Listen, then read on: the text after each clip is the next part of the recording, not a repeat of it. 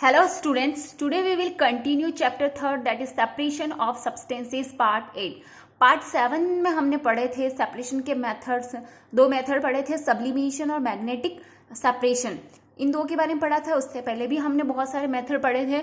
हम आज पढ़ने जो वाले हैं सेपरेशन के जो मेथड है that is sedimentation and decantation. What is sedimentation and decantation? इनकी डेफिनेशन है setting down of heavier impurities present in the mixture is called sedimentation. यानी बहुत भारी भारी जो अशुद्धियां होती है या हैवियर इम्प्योरिटीज का जो मिक्सचर के अंदर हैवियर भारी इम्प्योरिटीज प्रेजेंट होती है उनका नीचे की तरफ बैठ जाना यानी बर्तन के तले में बैठ जाना सेडिमेंटेशन कहलाता है.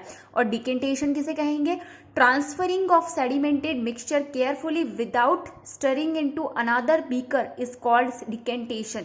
यानी जो सेडिमेंटेड वाटर है यानी जिसमें इम्प्योरिटी नीचे की तरफ जम गई है और पानी लिक्विड जो है वो ऊपर की तरफ आ गया है, उसको अगर हम केयरफुली बिना हिलाए विदाउट स्टरिंग किसी दूसरे बीकर के अंदर या दूसरे बर्तन के अंदर लेते हैं तो उसे डिकेंटेशन कहते हैं. जैसे कि आपको सेडिमेंटेशन का ये डायग्राम दिख रहा होगा.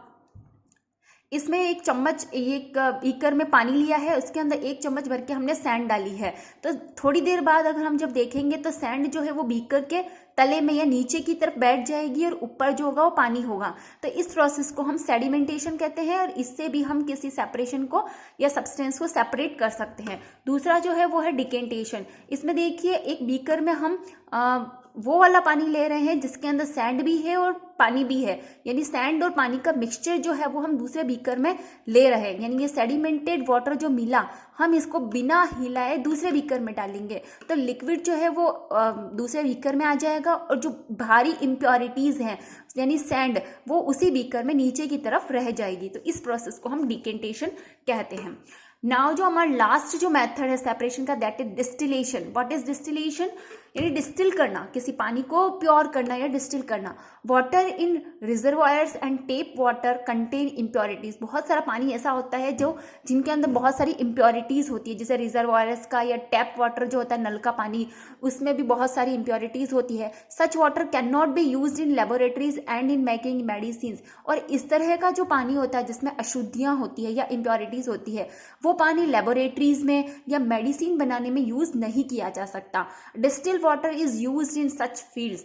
इसलिए लेबोरेटरी में और मेडिसिन बनाने के लिए डिस्टिल वाटर का यूज किया जाता है. डिस्टिल वाटर क्या है और इसे कैसे प्रिपेयर किया जाता है ये हम देख लेते हैं. Conversion of liquid into vapour is called vaporisation. यानी लिक्विड का, किसी भी लिक्विड मटेरियल का वेपर के अंदर यानी गैस के अंदर चेंज होना वेपोराइजेशन कहलाता है. एंड कन्वर्जन और vapour into liquid is called condensation. यानी जो लिक्विड से जो वेपर बना उसी लिक्विड का वापस से लिक्विड के अंदर ट्रांसफर होना या कन्वर्जन होना कंडेंसेशन कहलाता है. जैसे हम एक्सपेरिमेंट से देख लेते हैं. और डिस्टिलेशन किसे कहेंगे? Method of separating out liquid with through vaporisation and condensation is called distillation. यानी किसी भी चीज का यानी कोई भी लिक्विड है उसका सेपरेशन अगर हम वेपोराइजेशन और कंडेंसेशन के मेथड से करते हैं तो उसे हम डिस्टिलेशन कहते हैं. अब जैसे इस प्रोसेस को हम कैसे करेंगे, जैसे कि हमने एक केटली ली है जिसके अंदर हमने पानी लिया है और उस पानी को हमने गर्म करने के लिए स्टोव के ऊपर रखा है.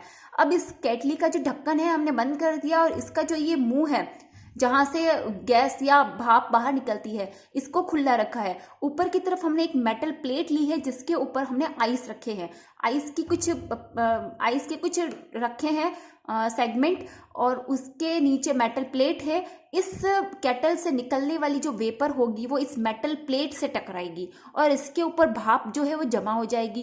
थोड़ी देर में इस प्रोसेस को यानी लिक्विड से, ये जो लिक्विड भरा हुआ है इससे इस वेपर का फॉर्मेशन हो रहा है, इसे हम वेपोराइजेशन कहते हैं. और फिर ये जो वेपर है वो थोड़ी देर में इस नीचे रखे हुए बीकर में आकर इकट्ठा हो जाएगी. यानी जो वेपर है वो वापस से लिक्विड में चेंज होगी. तो वेपर का लिक्विड में चेंज होना कंडेंसेशन कहलाता है. तो ये दोनों प्रोसेस जो है, एक तो होगी वेपोराइजेशन और वापस से वेपर का लिक्विड में चेंज होना, दैट इज कंडेंसेशन. तो इस पूरी प्रोसेस को हम डिस्टिलेशन कहते हैं जिससे हमें डिस्टिल वाटर मिलता है.